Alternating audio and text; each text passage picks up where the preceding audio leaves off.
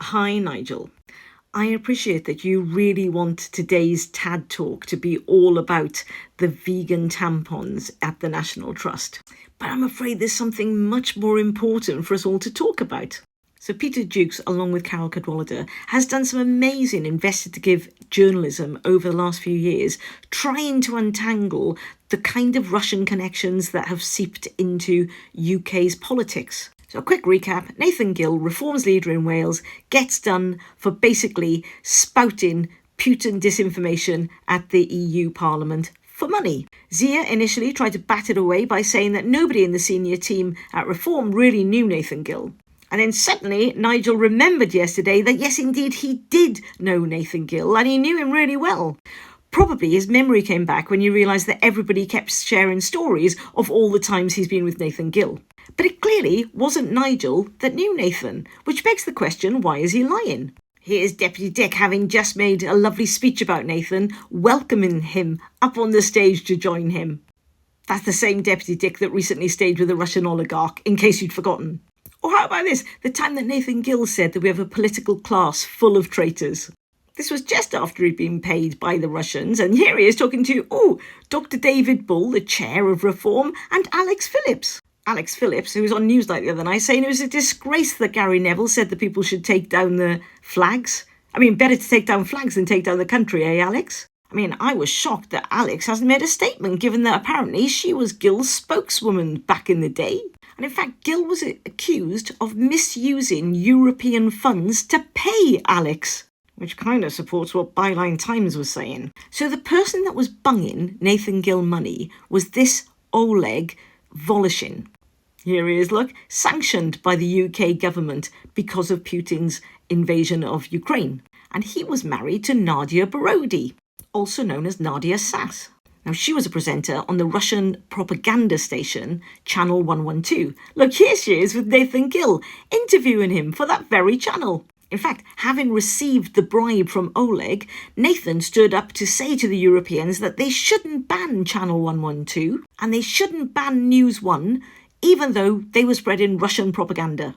And I guess the Russians ensured that they got their money's worth because they literally streamed Nathan saying it. In fact, all the Brexit MEPs voted against the motion to stop Russian propaganda. And I guess it's really easy to believe that Nathan was the only one that was being paid to do so. For their money, Nathan said, how can it be that the president of Ukraine can shut down two independent media just before an election, watched by the Russians, and then interviewed after by the very channel doing the propaganda? Oh, but look at what she's wearing that day. It's the same outfit that she wore when she met Nigel. Maybe it was on the same day, who knows? But look at this memory that Nadia Sass shared.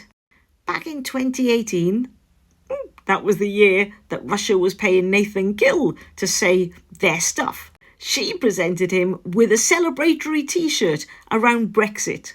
And according to Byline Times, this photo was taken in Nathan Gill's office at the European Parliament. Oh, and look, it was retweeted by Oleg, the Russian oligarch that was paying Nathan. Seemingly, even though Nigel had nothing to do with the Russians, they really appreciated him.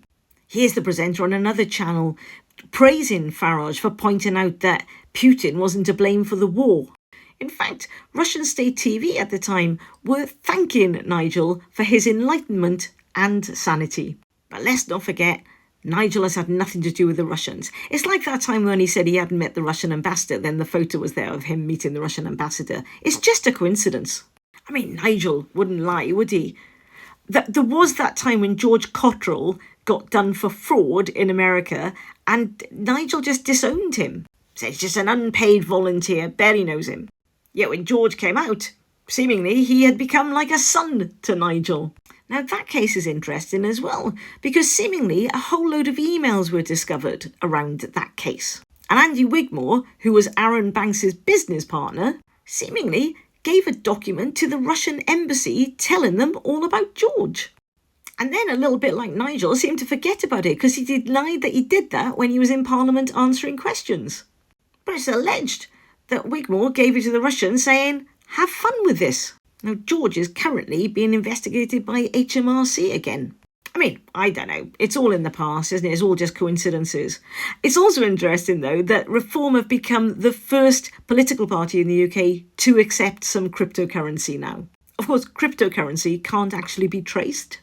Anyway, listen, thanks for coming to my TED Talk. I'm sorry I decided to go on about those bloody Russians again and not really talk about that vegan tampon in the men's loo. I just thought the Russian stuff was more interesting, as you were.